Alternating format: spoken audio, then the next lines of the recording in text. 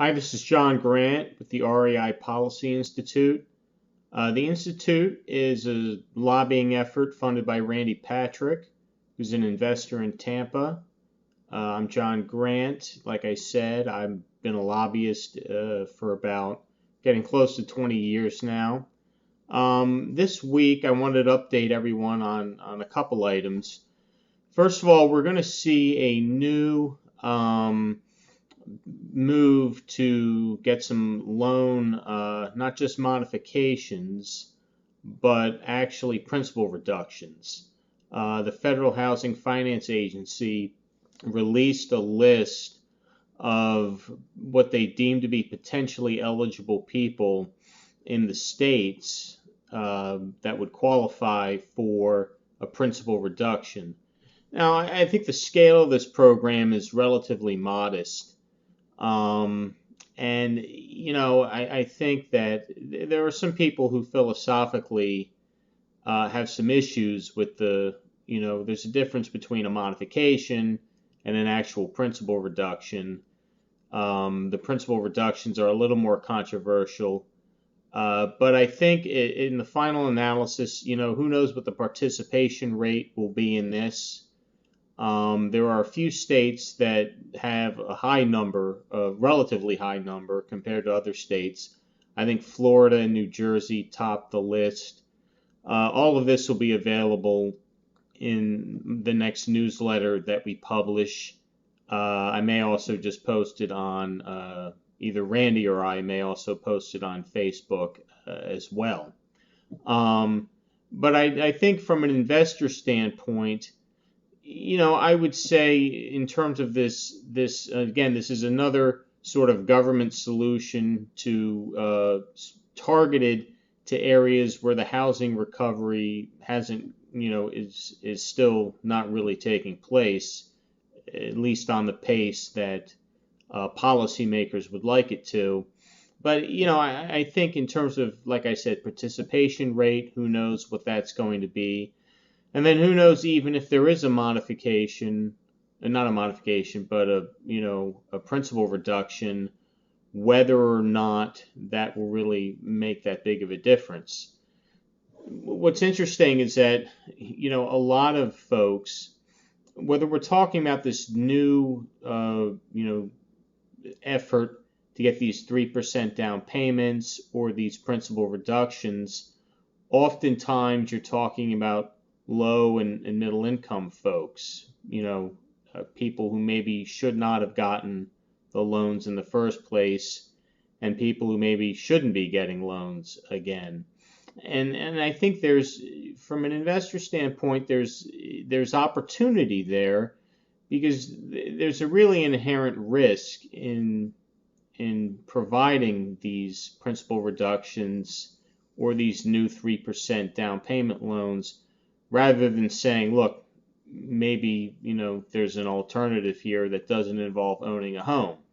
Because generally speaking, I think the opportunity for, massive income increases for these folks are limited, okay? So it really becomes a question of, is their house an asset, or is it just a debt that they can't handle? And I think that's a very fine balance. But if I were an investor, I would see these as potential opportunities. Generally, these government programs, and one could argue even the push for the 3%, and we talked last week about a potential 1% down payment program we've heard about as well. Those are almost that's kind of government pushing as well, because they look at the current state of the market and realize low and middle income people are not participating in the housing market that much. And as a matter of public policy, they want that to be changed. However, there is this inherent sort of conflict.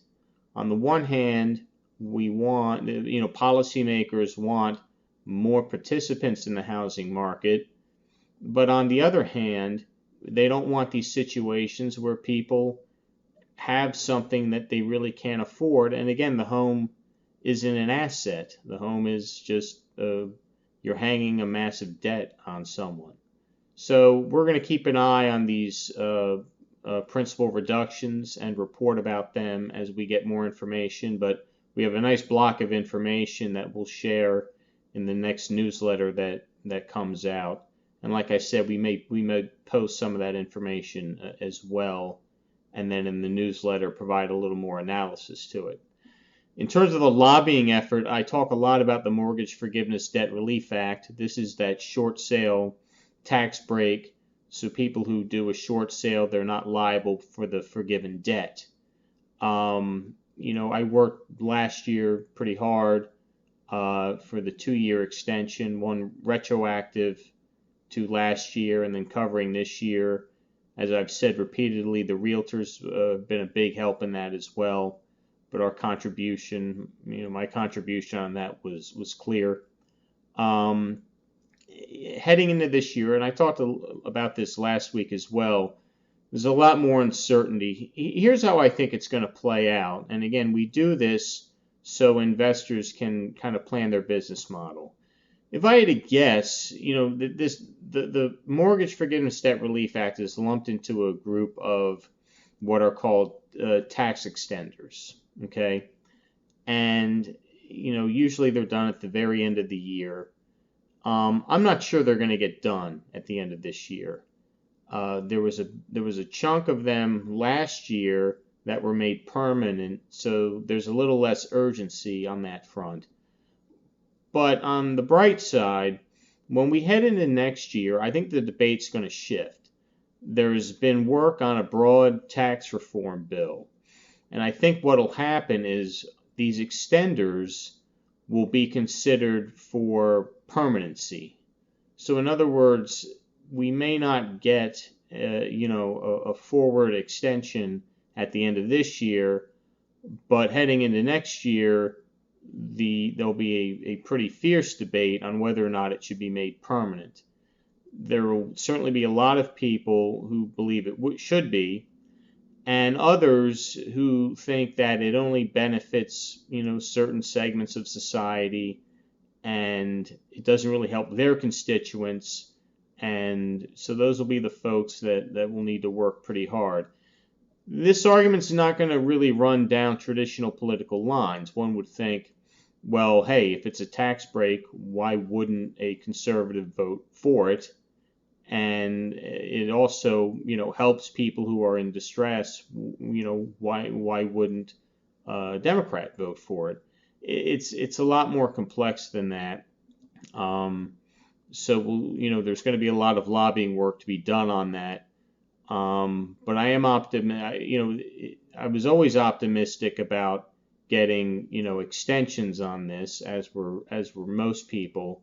Permanency is going to be a different fight, because when you talk about permanency, the two biggest issues we have will be conservatives from districts that this tax break won't matter that much to their constituents, and on the Democratic side, on the left, this is a loss of revenue for the government. So that's going to be an issue as well. So it'll be a tough fight. But Randy and I are committed to working on this thing. And again, the REI Policy Institute focuses almost exclusively on issues that pertain to distressed properties. So this is one of our big ticket items. So I would imagine this will take up a big chunk of our time. So between that and then also educating folks on potential opportunities that we try to do every week, that's another priority as well, to give investors in this space the best information they can to plan their business models. Again, REI Policy Institute, you can visit our site, reipolicy.com. At the site, you can like our Facebook page. You can subscribe to the YouTube channel as well. I think you'll get good information there. And you can also subscribe to the newsletter, I think right on the home page. It's $99 for a year, so pretty modest investment. And I think anyone who subscribes will see a pretty good payoff on that investment. Anyway, that's it for this week. I appreciate it, and I'll have another report next week. Thank you very much. Take care.